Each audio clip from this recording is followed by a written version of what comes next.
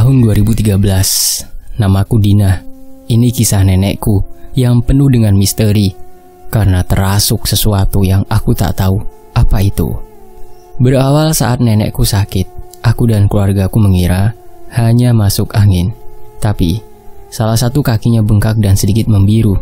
Nenekku pun tidak begitu merasakan sakit yang berlebih pada badannya, hanya fokus pada kakinya yang paling sakit.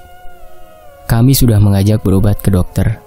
Beberapa hari, keadaan nenekku berangsur membaik, namun masih menyisakan lebam biru dan sedikit bengkak di kakinya. Aku yang khawatir dan sedikit penasaran, mencoba menanyakan keadaan beliau. "Mbah, mbon sae, mbon dahar dereng wau, sudah maem belum?" tanyaku pada Mbah Uti, panggilan kesayangan diriku. "Wes," jawab Mbah Uti dengan mata yang melirik tajam kepadaku. Seolah tidak begitu suka aku bertanya kepadanya. Aku mencoba lebih lunak lagi, agar Mbak Uti merasa baik. Tak biasanya, Mbak Uti yang ceria bersikap acuh seperti ini. Aku berjongkok di hadapan Mbak Uti, yang saat itu duduk. Kupegang kakinya dan memijatnya perlahan, sambil menanyakan kondisi kakinya. "Samparanipun pripun, Mbah? Mbon sami sae?" tanyaku pelan pada Mbah. Tapi kali ini Mbak Uti hanya diam. Aku mencuri pandang dengan sedikit mendongak. Ternyata Mbah hanya memandang lurus ke depan, tatapannya kosong. Aku merasa agak aneh dan menjadi canggung. Tapi aku tetap memijat kaki Mbak Uti untuk beberapa saat. "Kono, minggir!" ucapan Mbak Uti yang sedikit membentak mengagetkanku. Karena tak ingin membuat Mbah jadi marah, aku segera berdiri dan pamit keluar dari kamar beliau. Tak bisa kupungkiri dalam pikiranku masih berkecamuk. Ada apa dengan Mbak Uti? Aku berjalan ke dapur dan mencuci piring. Pikiranku masih terus penasaran. Banyak pertanyaan yang muncul dalam benakku. Kaki Mbah kok lebam seperti habis jatuh ya? Kenapa ada sedikit luka? Tapi Mbah nggak kemana-mana. Entah. Suara batuk berat Mbah Kung mengagetkan lamunanku. Prang, astagfirullah. Ocehku kaget sampai piring yang sedang kucuci terlepas dari tanganku. Ono wong watuk kok kaget eram, Nduk. Gawean ojo karung lamun, ucap Mbah Kung yang keluar dari pintu samping rumah setelah memberi pakan ayam. "Nggih, Kung," jawabku sambil nyengir. Aku mencoba menanyakan rasa penasaranku pada Mbah Kung. "Kung, Mbah Uti nopo nate melampah-lampah saat derenge sakit?" tanyaku pada Mbah Kung yang membereskan makanan ayam. "Sak ngertiku yo ora nek endi-endi, Din. Mung ning omah wae." Jawaban Mbah Kung tetap membuat hatiku tak tenang. Mendengar jawaban Mbah Kung, aku berhenti bertanya. Aku khawatir jika pertanyaanku malah membuat Mbah Kung semakin khawatir pada Mbah Uti. Entah berapa lama aku pun tak ingat. Mungkin sudah hampir 2 minggu setelah Mbah Uti sakit. Tapi lebam biru di kakinya masih ada dan timbul lagi di beberapa titik. Sekarang di kedua kakinya. Mbah Uti sebenarnya sudah nampak normal di mata tetangga. Sudah mau bergaul kembali di depan rumah bersama tetangga, ikut berbincang. Tapi keadaannya tidak cukup normal untuk keluargaku. Siang hari Mbah Uti memang tampak biasa saja, dengan senyumnya, bicaranya yang ramah. Tapi menjelang petang tepatnya maghrib, Mbah Uti akan bersikap sebaliknya. Beliau akan banyak diam dengan pandangan yang kosong dan menyeramkan. Kami keluarganya lah yang paling menyadari. Terkadang Mbah Uti masuk kamar dan berbicara sendiri di kamar, seolah mengobrol dengan seseorang. Jika ditanya, Mbah langsung diam seketika dan bersikap acuh. Karena kami takut Mbah Uti menjadi marah, kami hanya sering membiarkannya. Tapi, kadang Mbah Kung tetap menegurnya, agar tak bicara sendiri atau melamun. Berhari-hari, berminggu-minggu, berbulan-bulan, keadaan Mbah Uti masih sama, bahkan menjadi semakin buruk. Orang tuaku sudah berusaha berobat ke dokter yang mungkin terjadi dalam dunia kedokteran. Mbah Uti terkena Alzheimer atau kepikunan. Ya, walaupun banyak hal yang bisa dipungkiri, penyakit lupanya ini sedikit pilih-pilih pada hal-hal tertentu saja. Tapi, kami sekeluarga memaklumi penyakit Mbak Uti, yang saat itu, menurutku kondisinya masih bugar, rambutnya pun masih sedikit memutih. Semakin lama keadaan Mbak Uti tak juga membaik. Beliau masih ingat dan ingin melakukan pekerjaan rumah, tapi semua pekerjaannya tidak pada tempatnya. Pernah beberapa kali mengalirkan air menggunakan selang dan dimasukkan ke kamarku. Dikiranya kamarku bak mandi. Alhasil banjirlah semua kamarku. Ini yang paling sering, mencampur nasi yang baru dimasak dengan nasi basi, bahkan yang akan diberikan ke ayam. Tentu saja, semua nasi jadi tak bisa dimakan dan harus dibuang semua. Karena hal itu, ibuku selalu meletakkan nasi pada tempat yang sulit dijangkau Mbak Uti. Itu pun terkadang masih ketahuan lagi. Jelas bila ketahuan, nasi akan dicampur lagi, bahkan dengan semua lauk yang entah dari mana. Awalnya Mbak Uti hanya sering berbicara sendiri, kadang-kadang dengan raut wajah marah, berjalan ke sana kemari di dalam rumah. Entah apa yang dipikirkannya. Yang paling sedih, beliau seakan lupa pada Mbah Kung, sangat acuh. Mbah Uti juga sering marah-marah tanpa sebab. Beliau akan memarahi orang di rumah dengan nada tinggi dan ucapan yang kami sekeluarga pun tak mengerti apa yang dibicarakannya. Keadaan Mbah Uti semakin memprihatinkan. Padahal ini sudah hampir setahun. Kadang tengah malam terdengar suara tangisan beliau yang begitu menyayat. Tapi bagiku itu sangat menyeramkan. Setiap kali menangis tengah malam, Mbah Kong dan orang tuaku selalu terbangun dan ke kamar Mbah untuk menenangkannya. Dan di saat kami masuk kamar dan memegang badan Mbah Uti, tangisannya langsung berhenti. Raut wajahnya nampak marah, dan beliau hanya memalingkan muka serta badannya. Semua selalu berusaha sabar dan memaklumi, walau kami semua merasa janggal.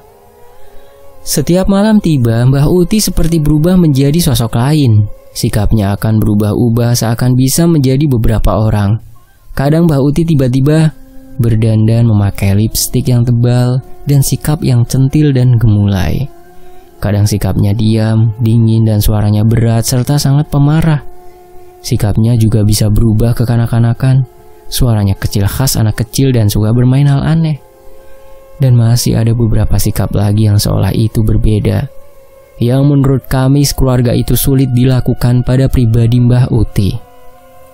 Sesekali, Mbah Uti juga bersenandung lagu yang tak pernah kami dengar. Sangat asing dan tak pernah kami dengar. Yang jelas senandungnya itu seperti lagu yang sudah sangat lama. Entah apa itu. Aku selalu merinding setiap Mbah Uti membuat suara senandung itu. Padahal aku sudah berusaha membiasakan pendengaranku. Terkadang, aku sangat lelah dengan sikap Mbah Uti, tapi aku selalu menyayanginya. Lelahku bukan karena Mbah Uti yang selalu berbeda sikap, tapi karena harus selalu membereskan semua pekerjaan rumah yang tidak benar yang sudah dikerjakan Mbah Uti. Karena di saat-saat itu, aku masih bekerja dan kuliah. Pagi sampai sore, aku bekerja dan malam hari aku kuliah. Mungkin hampir setiap hari aku pulang lebih dari jam 10 malam. Yang saat itu kampus dan tempat kerja jaraknya cukup jauh dari rumah. Rumahku daerah Semarang atas, sedangkan kampus di Semarang bawah. Kondisi tanah kota Semarang memang beragam. Dalam satu kota sudah ada dataran tinggi dan rendah, bukit juga gunung. Kota Atlas, itu sebutan kota Semarang dulu. Untuk sedikit melepaskan penat dan lelah di pikiranku, aku sering menceritakan kondisi Mbah Uti pada teman terdekatku. Dialah T. Kami berdua seakan tak terpisahkan. Sudah seperti anak kembar. Yang sakit pun kami bersamaan. T ini sedikit spesial, yang aku menyebutnya aneh. Tapi dia tak pernah marah saat ku sebut orang aneh. Dia malah tertawa terbahak. Aku selalu menceritakan kondisi Mbak Uti kepada T. Dia juga merasa aneh, karena T tahu pasti Mbak Uti seperti apa pribadinya.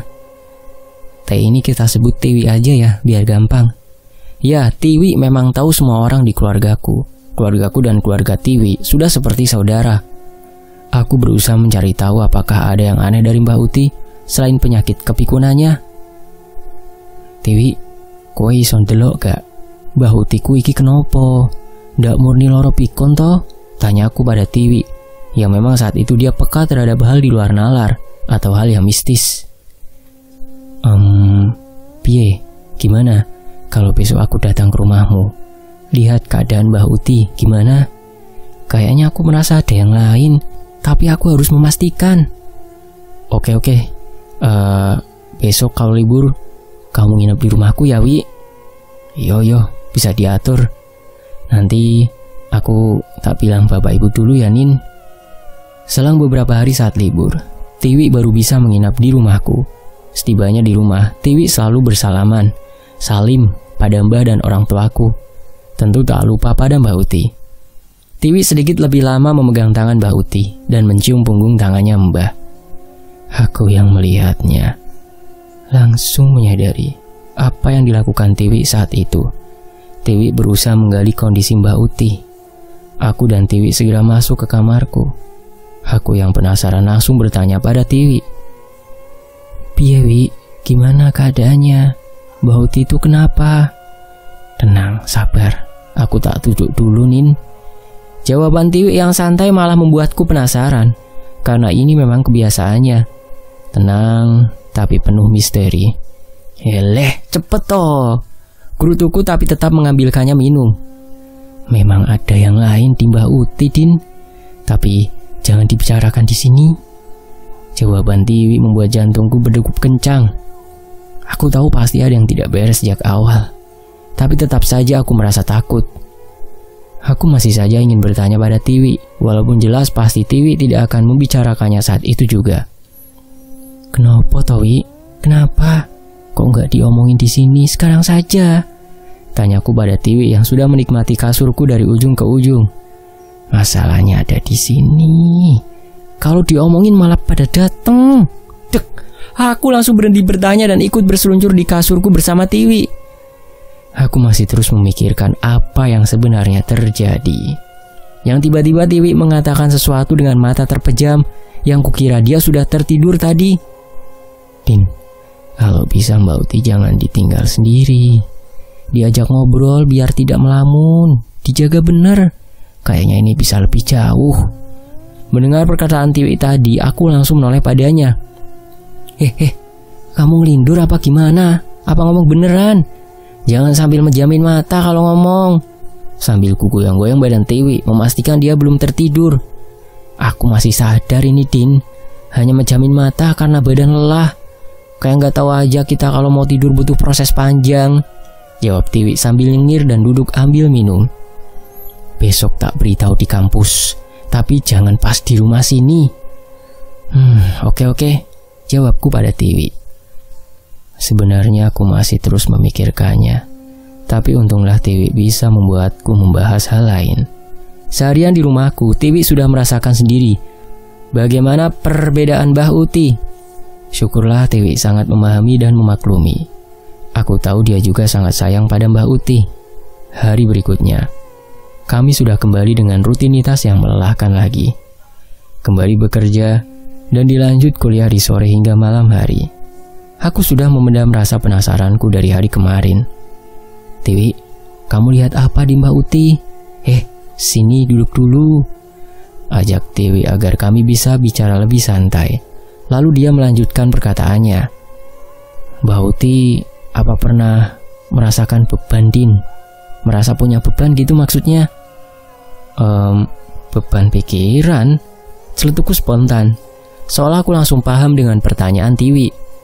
Benar. Acungan jempol Tiwi menandakan jawabanku benar.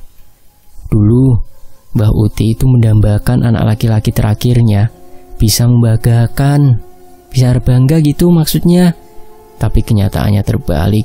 Bahkan sama bapak ibuku membedakan banget. Terus itu malah jadi pikiran Mbah Uti gitu? Iya. Ditambah kayaknya Mbah Uti malu. Bapak ibuku yang dulu disia-sia terus, tapi malah berbakti sama Mbak Uti. Setiap dirawat ibuku, beliau malah nangis, mengelus dan minta maaf. Merasa bersalah kali ya?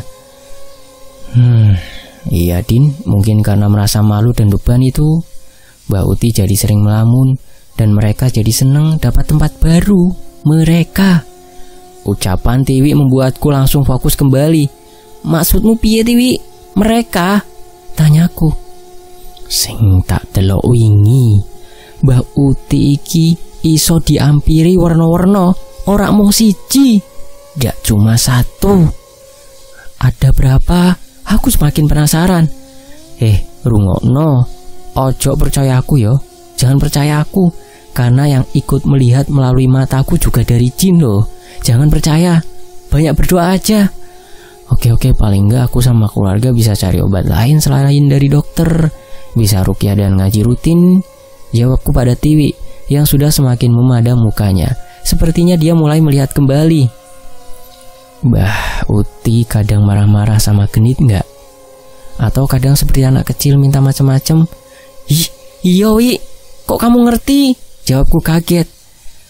Mbah Uti kadang diparani seng teko kali mburi omah Din. Astagfirullahaladzim, merinding saya sampai sini. Duh, stop dulu bentar lah. Iya, Mbak Uti kadang didatangi yang dari sungai belakang rumah Din. Dan saat genit berarti sedang dirasuki wujud perempuan berbaju merah yang ada di pojokan sungai sebelah atas. Dan saat seperti anak kecil berarti baru dirasuki wujud anak kecil dari seberang sungai. Anak-anaknya tidak cuma satu. Astagfirullahaladzim. Ucapan Dewi itu mengingatkanku pada perkataan Pak D, kakak laki-laki bapak, yang sebelumnya aku tidak percaya sama sekali karena tidak tahu kalau Pak D juga bisa melihat hal mistis. Loh, Tiwi, kok kayak diomongin Pak D-ku kemarin-kemarin ya? Pak D-ku juga ngomong sama persis seperti yang kamu omongin. Celutukanku spontan ternyata membuat gemas Tiwi. Sudah lihat seperti itu, kok masih suruh aku liatin? Gundul. Yo, aku memastikan dulu toh bener apa gak. Lah, Pak D nggak meyakinkan sepertinya kok. Oh iya, hati-hati ya. Kayaknya ada yang lain yang lebih seram mulai mendekat. Dijaga terus aja Mbak Uti. Jangan sampai lupa ngaji, ya. Zikir pagi sore. Setelah percakapan panjang itu, hampir setiap bertemu Tiwi, aku selalu bercerita keadaan Mbah Uti. Kalaupun aku belum bercerita, Tiwi akan lebih dulu menanyakan keadaan Mbah Uti padaku. Beberapa waktu keadaan Mbah Uti juga tak kunjung membaik, bahkan semakin tidak baik. Dari perkataan dokter, Mbah Uti juga mengalami demensia. Beliau kembali pada ingatan ke masa kecilnya.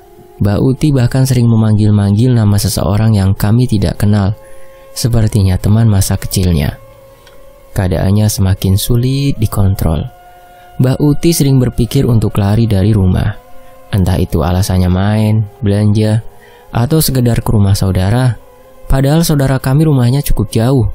Tentu saja tidak bisa kami izinkan. Pernah satu waktu, saat fisik Mbah Uti masih kuat, tiba-tiba Mbah Uti pergi dari rumah tanpa sepengetahuan kami. Kami sangat kebingungan mencarinya. Sehari semalam kami tidak menemukannya. Tiba-tiba ada telepon dari Bude yang ada di Jakarta mengabarkan bahwa Mbah Uti sudah ada di sana. Astagfirullah, kami semua sangat khawatir. Lebih menyedihkannya, waktu sampai di Jakarta dan sampai ke rumah Bude, di rumahnya tidak ada orang. Semua lagi kerja. Untungnya tetangga Bude ada yang mengenali Mbah Uti. Ditolonglah Mbah ke rumah tetangganya Bude dulu sampai Bude pulang kerja. Mengetahui hal itu, Mbah Kung bergegas menyusul dan menjemput Mbah Uti. Saat itu aku belum menceritakannya pada Tiwi. Sampai satu ketika, aku berangkat kuliah sore dari rumah.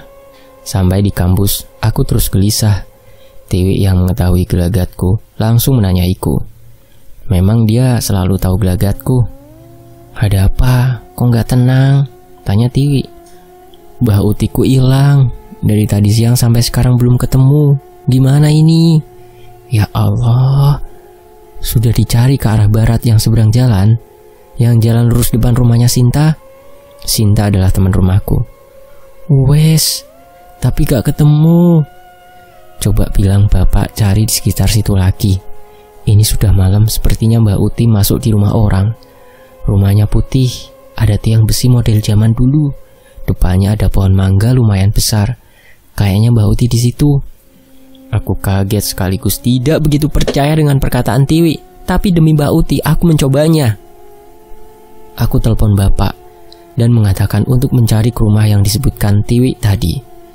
Alhamdulillah, beberapa saat Mbak Uti ketemu di rumah tetangga yang rumahnya kurang lebih sama seperti yang dideskripsikan Tiwi tadi. Aku menjadi penasaran bagaimana Tiwi bisa tahu.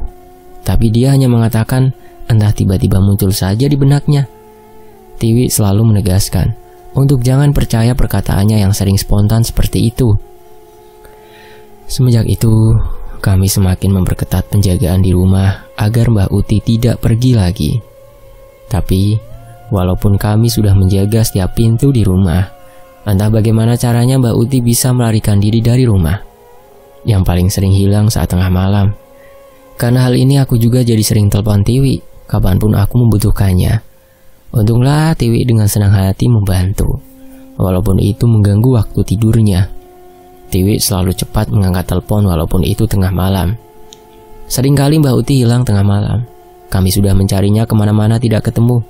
Dan saat aku telepon Tiwi, dia juga sering mengatakan Mbak Uti di belakang rumah, lahan kosong seberang sungai. Aku dan keluargaku sudah mencari berkali-kali di tempat itu, tapi tak menemukannya. Sampai kadang aku meragukan perkataan Tiwi, tapi lagi-lagi Tiwi hanya memberi isyarat ciri-ciri lokasinya. Dan itu seringnya di lahan kosong belakang rumah yang menyeberangi sungai kecil. Untuk sana hanya melewati jembatan kecil selebar 1 meter tanpa pegangan. Ketika kami sudah mulai menyerah, saat subuh tiba, Mbah Uti sering tiba-tiba muncul berjalan di jembatan kecil yang 1 meter itu seolah dari lahan kosong seberang sungai belakang rumah. Kami seakan tak percaya ini. Sudah berkali-kali kami menyusuri, bahkan membuka setiap semak tadi, tidak ada Mbah Uti. Sedangkan tidak ada jalan lain untuk keluar dari lahan itu selain lewat jembatan tadi. Karena kawasan ini rumah padat penduduk di pegunungan. Rumahku berada di sekitar seberang bawah Bukit Gombel, Semarang. Bukit yang terkenal karena makhluk mistisnya. Semua sudah dipadati rumah dan tebing.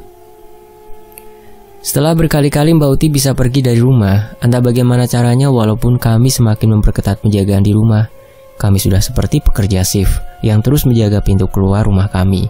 Pagi, siang, sore, malam hingga pagi lagi. Kami memang lelah, tapi kami terlalu sayang kepada Mbak Uti. Sampai satu kejadian yang menjadi akhir. Mbak Uti pergi dari rumah lagi, entah bagaimana caranya. Dan itu terjadi menjelang maghrib, sekitar akhir 2014 menuju awal 2015. Seperti biasa sore itu aku masih di kampus. Aku sedikit senang karena hari itu hanya ada satu mata kuliah yang dimulai jam 5 sore. Artinya aku bisa pulang lebih awal dan istirahat lebih cepat. Tapi, semua itu tak bisa kulakukan. Selesai mata kuliah, aku ke masjid untuk sholat maghrib. Di tengah perjalanan ke masjid, bapak menelpon. Nada suaranya begitu khawatir dan nampak lelah. Din, Mbah Uti hilang meneh. Hilang lagi. Cepat pulang kalau sudah selesai kuliah. Bantu cari. Nggih pak, jawabku tergagap karena begitu kaget. Saat itu juga aku bergegas menarik tangan Tiwi dan sedikit berlari menuju masjid untuk segera sholat. Kenapa? Kok kesusu? Tanya Tiwi padaku. Mbak Uti hilang lagi. Aku mau cepat pulang, ikut mencari. Jawabku tergesa. Ya Allah, ayo cepat. Lah, hilangnya kapan? Tiwi kembali bertanya. Sepertinya dia juga khawatir. Katanya baru saja maghrib ini. Tiba-tiba sudah nggak ada di rumah. Padahal pintunya ditutup semua kalau maghrib. Tiwi saat ini hanya diam, dan aku segera sholat bersamanya. Selesai sholat, aku bergegas ke tempat parkir dan bersiap pulang, sampai tiba-tiba Tiwi berucap yang agak aneh. Ya, itu memang kebiasaan dia, tapi tetap saja selalu merasa kaget dan aneh. Din, Mbah Uti kayaknya ikut anak-anak belakang rumah. Cari deket pohon-pohon semua belakang rumah. Ngomong apa toh kowe? Anak yang mana? Anak beneran apa enggak? Tanyaku begitu penasaran pada Tiwi. Ya enggak anak beneran Tonda, anak demit. Aku yang agak shock hanya bisa diam dan segera mengendarai motorku bersama Tiwi yang setia membonceng. Setelah menghampirkan Tiwi ke rumahnya, aku segera bergegas. dengan mengingat pesan Tiwi. Kabari aku terus, kalau ada apa-apa langsung telepon. Ya memang selalu meminta bantuan Tiwi saat Mbak Uti hilang. Jam berapapun aku akan menelpon. Sesampainya di rumah aku segera bersih-bersih dan ganti baju, kemudian segera bergegas mencari Mbak Uti. Kami sekeluarga sudah mencari kemana-mana, bahkan dibantu para tetangga. Kami mencari di seluruh kampung, bahkan sampai ke jalan besar yang menuju Bukit Gombel. Aku teringat perkataan Tiwi, cari Mbak Uti di pepohonan belakang rumah. Aku bersama salah satu tetanggaku mencoba mencarinya ke sana, tapi aku tak menemukannya. Karena waktu itu sudah hampir jam 11 malam. Aku segera telepon Tiwi agar dia bisa membantuku. Tiwi, Mbak Uti nggak ada di kebun seberang sungai. Di mana ini? Dari tadi nggak ketemu. Cerocosku tanpa salam saat Tiwi baru mengangkat telepon. Kamu nyari di belakang itu jam berapa? Nggak dari tadi pas sampai. Baru saja tak cari ke sana. Aku lupa pesanmu tadi. Mbak Uti udah jauh. Tapi sebenarnya nggak begitu jauh banget. Naik-naik di daerah pohon pinus. Coba cari di daerah atas yang ada pohon-pohon pinusnya. Perkataan Tiwi yang ada, tapi di belakangnya nampak ragu dan suaranya pun merendah. Sepertinya dia agak sedih. Tapi opo Wi? Nadaku mulai agak lemas, sepertinya ada sesuatu. Tapi sepertinya Mbak Uti belum kelihatan, Din. Belum bisa dilihat. Perkataan Tiwi membuat kakiku lemas. Aku sedikit paham perkataannya, tapi aku tetap memastikan dan bertanya kembali. Maksudmu gimana? Kok belum bisa dilihat gimana? Tanyaku dengan nada yang semakin pelan. Mbak Uti disembunyikan, dibuat nggak kelihatan di mata orang yang mencari. Sabar. Sama baca ayat Al-Quran ya, Din, biar cepat ketemu. Kasihan Mbak Uti. Ya wes, nanti ini biar dicari bapak. Sudah malam. Yang perempuan disuruh nunggu di rumah. Siapa tahu Mbak Uti pulang sendiri. Makasih loh. Tak ngomong bapak biar pada nyari daerah atas yang ada pinusnya. Yodin, sama-sama. Aku diberi kabar lagi nanti ya. Oh ya, aku lihat ada tebing-tebing jurang. Balas Tiwi dari sambungan teleponnya. Iyo, itu daerah atas rumahku, Yi. Gombel atas ada tebing-tebing. Jawabku keheranan. Memang daerah atas ada tebing-tebing dengan pohon-pohon pinus, tapi aku tak pernah menunjukkan Tiwi ada daerah seperti itu di wilayahku, karena memang daerah tebing itu sulit diakses manusia. Aku menutup telepon dan segera menunggu di depan rumah. Bolak-balik ke ruang tamu, ke teras, tapi belum ada kabar juga. Aku tadi sudah mengatakan pada bapak untuk mencari ke daerah pohon pinus, tapi aku tak mengatakan di bagian tebing dan jurang, karena aku ragu. Kurasa tak mungkin Mbak Uti bisa sampai tebing itu. Tubuhnya terlalu renta, jadi nggak mungkin. Hingga dini hari Mbak Uti belum juga ditemukan. Mungkin juga terkendala malam yang gelap, apalagi tak ada penerangan lampu di wilayah pohon pinus. Waktu sudah menunjukkan jam 4 subuh, tapi bapak-bapak belum menemukan Mbak Uti. Padahal sampai bapak-bapak ronda di kampung-kampung sebelah ikut membantu. Sampai akhirnya azan subuh berkumandang. Seorang bapak dari kampung atas yang rumahnya dekat wilayah pohon pinus memberi kabar. Bapak ini berjalan terburu-buru ke rumah kami dan memberitahu kalau beliau menemukan Mbak Uti di bawah tebing pohon pinus. Bapak ini menemukan Mbak Uti saat akan pergi ke musola untuk sholat subuh. Beliau menemukan Mbak Uti terkapar kesakitan di bawah tebing dengan kondisi memprihatinkan.